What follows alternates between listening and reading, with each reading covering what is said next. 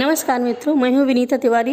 YouTube channel basic learning hub से आप सबका स्वागत करती हूं और महत्वपूर्ण खबरों को लेकर उपस्थित हूं। साथ ही साथ इसी प्रकार की महत्वपूर्ण खबरों को जानने के लिए चैनल को सब्सक्राइब अवश्य करें। और आइए अब खबरों को जानते हैं विस्तार से। महत्वपूर्ण खबर है कि शिक्षकों के लिए वैक्सीनेशन के लिए अलग बूथ बनाए जाने की व्यवस्था की गई है। राज्य कर्मचारियों के लिए सभी जिलों में अलग से बूथ बनाए जाएंगे। यह व्यवस्था जिला मुख्यालय के अलावा तहसील और ब्लॉक स्तर पर भी की जाएगी। इसी तरह से 1 जून से 18 से 44 साल वालों के लिए सभी जिलों में टीकाकरण शुरू हो जाएगा। टीकाकरण की व्यवस्था की समीक्षा करते हुए मुख्यमंत्री योगी आदित्यनाथ ने सोमवार को इस संबंध में निर्देश दिए।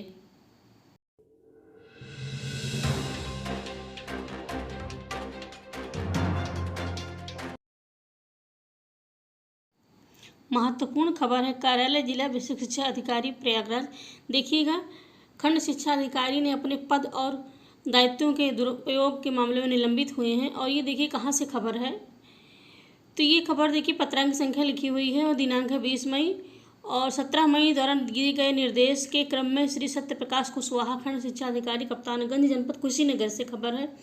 अपने पदीय दायित्वों का दुरुपयोग करने के मामले में तो और इन्होंने श्री नितिन कुमार मिश्र, सहायक अध्यापक होम्योपैथिक चिकित्सक के पद पर चयनित होने के उपरांत उसके द्वारा स्वैच्छिक त्यागपत्र के आवेदन को जानबूझकर विलंबित रखा और मानव संपदा कोड डिलीट करने हेतु 5,000 रुपये रिश्वत के लिए के आरोप में वो प्रथम दृष्टया दोषी पाए गए और इस प्रकार नियमावली के तहत वो तत्काल प्रभाव से निलंबित करते हुए उनके विरुद्ध अनुशासनिक कार्यवाही करने का निर्णय लिया जाता है तथा प्रकरण में मंडलीय संयुक्त शिक्षा निदेशक गोरखपुर मंडल गोरखपुर को पदेन जांच अधिकारी नामित किया गया है।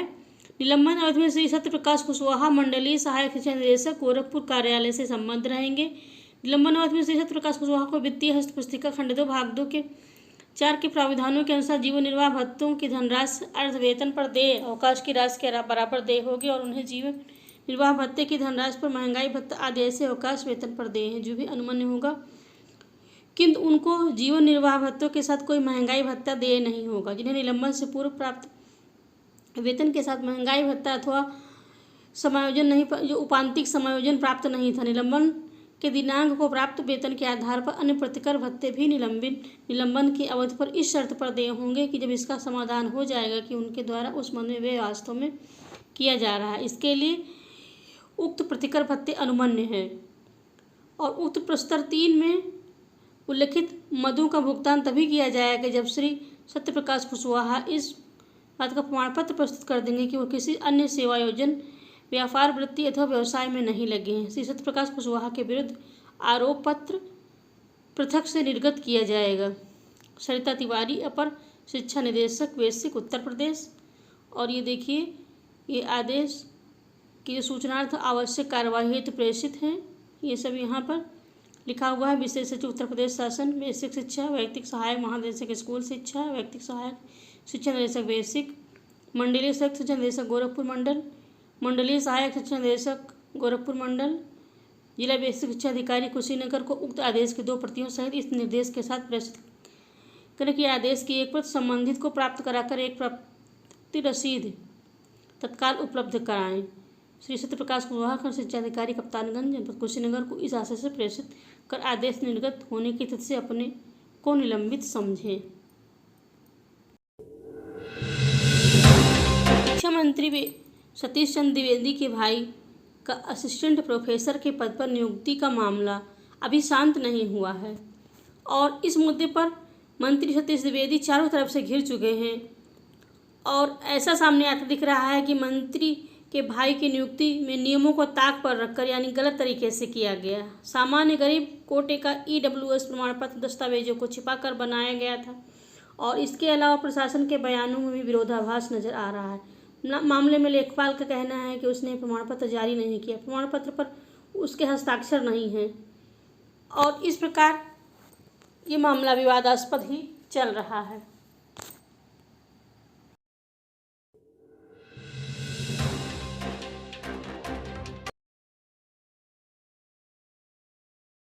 शिक्षा मित्र संघ की मांग है कि उनको पुनः सहायक अध्यापक के पद पर समायोजित किया जाए। प्रदेश के प्राथमिक विद्यालयों में 1,68,000 शिक्षा मित्र हैं और उनके 21 साल के अनुभव के आधार पर उनको नियमावली में संशोधन करते हुए सहायक अध्यापक पद पर नियुक्त किया जाए। ये मांग उठाते हुए उत्तर प्रदेश दूरस्थ बीटीसी शिक्षा संघ के प्रदेश अध्यक्ष अनिल यादव ने कही और उन्होंने कहा कि यूपी सरकार ने शिक्षा मित्रों से वादा किया था कि सरकार बनने के 100 दिन के अंदर शिक्षा मित्रों की समस्याओं का हल निकाला जाएगा, परंतु 4.5 साल बीतने के बावजूद शिक्षा मित्रों की समस्याएं जस की तस बनी हुई हैं। उन्होंने कहा कि शासन के अधिकारियों द्वारा शिक्षा मित्रों के भविष्य को गलत सेवा नियमावली बना के चौपट कर दिया गया है। गलत नियमावली के कारण शिक्षा मित्र से शिक्षक बने 1,37,000 का समायोजन 25 जुलाई 2017 को सुप्रीम कोर्ट से निरस्त हो गया, जिसके खामियाजा शिक्षा मित्र और उनका परिवार भुगत रहे हैं। समायोजन निरस्त होने से अब तक अवसादग्रस्त होने से 2000 के लगभग शिक्षा मित्रों की जान चली गई और अब चुनाव आयोग के गलत निर्णय से 208 शिक्षा मित्रों की कोरोना में मृत्यु हो गई। उन्होंने कहा कि प्रदेश के यशस्वी मुख्यमंत्री शिक्षा मित्रों उनके परिवार वालों को बहुत ज़्यादा उम्मीद है और आवश्यक ही वह उन्हें इंसाफ दें। कहा गया कि राज्य सरकार प्रदेश समस्त शिक्षा मित्रों को पुनः नियमावली में परिवर्तन करते हुए स्थायी शिक्षक का दर्जा दे, जिससे 21 वर्षों से अपनी सेवा बच्चों का भविष्य बनाने में दे रहे हैं शिक्षा मित्रों के भविष्य का भी कल्याण हो सके। उन्होंने कहा कि जो शिक्षा मित्र समायोजन निरस्त होने के कारण अवसादग्रस्त होकर अपनी जान गंवा दिए हैं, उनके परिवार को भी आश्रय दिया जाए। यूपी सरकार उनके आश्रितों को भी नौकरी देने की कृपा करे, जिससे उनके परिवार और जीवन का सहारा हो सके।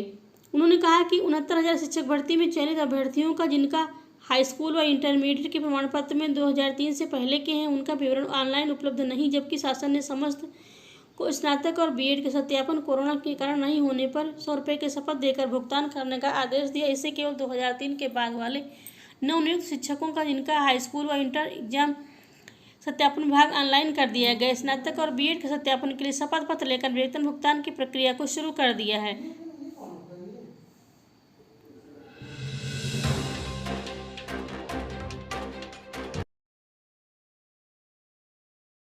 अगला महत्वपूर्ण आदेश जो कि महानिदेशक स्कूल शिक्षा एवं राज्य परियोजना निदेशक कार्यालय से आया है और ये देखिए आपके सम्मुख प्रस्तुत है।